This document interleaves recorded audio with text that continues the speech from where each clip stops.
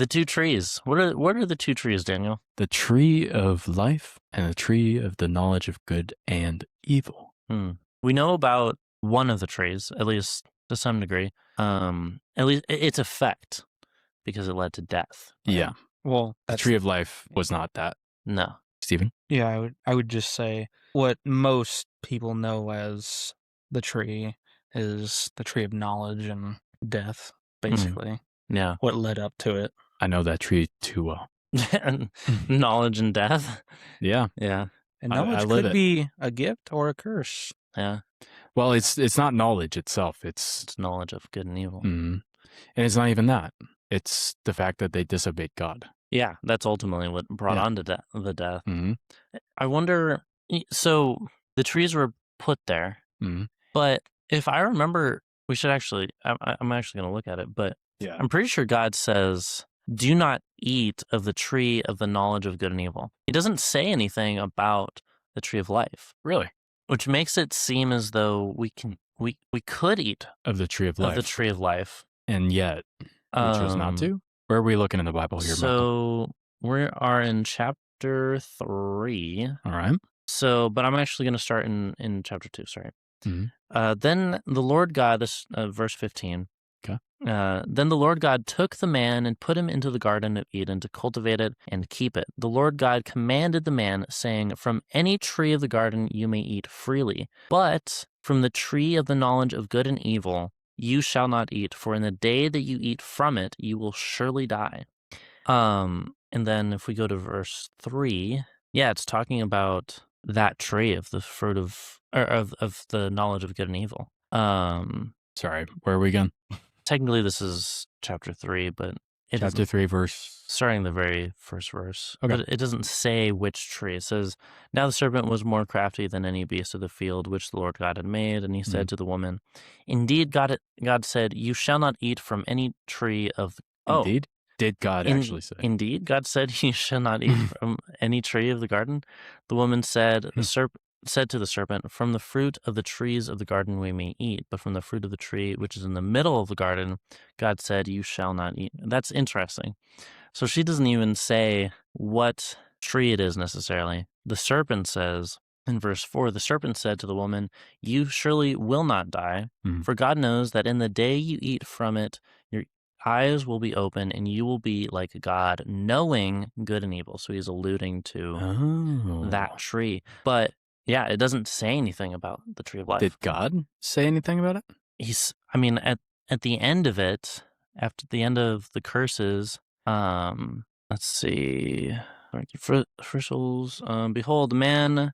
Oh, then the Lord God said, behold, the man has become like one of us, knowing good and evil. And now he might stretch out his hand and take also from the tree of life and eat and live forever. So it's referenced. Therefore, the Lord God sent him out from the Garden of Eden to cultivate the ground from which he was driven. So he drove the man out, and at the east of the Garden of Eden he stationed the cherubim and the flaming sword, which turned every direction to guard the way to the tree of life. There it is. Okay, chapter 2, 17. Okay. But the tree of the knowledge of good and evil you shall not eat. You shall not eat, for in the day that you eat of it, you shall surely die. That is God. So God named the tree of the knowledge of good and evil, and the tree of life. So there's our answer there. And what do you mean, and the tree of life? Well, you just read the end of the curses. Yeah. And he refers to it as the tree of life, that the angel guarded the entry to the garden they may not eat from the tree of life. No? Yeah. So that they may not also eat of the tree of life. Yes. Yeah. So there is confirmed 2 trees. Yeah. At least. There's other trees that are harmless. Sure. They're not part of the equation. Yeah. Right. And do you think that these trees are special in any kind of way besides what God said about them? I think that I don't think anything has power without God, right? Fair. Without God allowing it to, especially when we just finished chapter 1 where it said God said and then several times. Yeah. And everything that we know and are came from what God said. Yeah.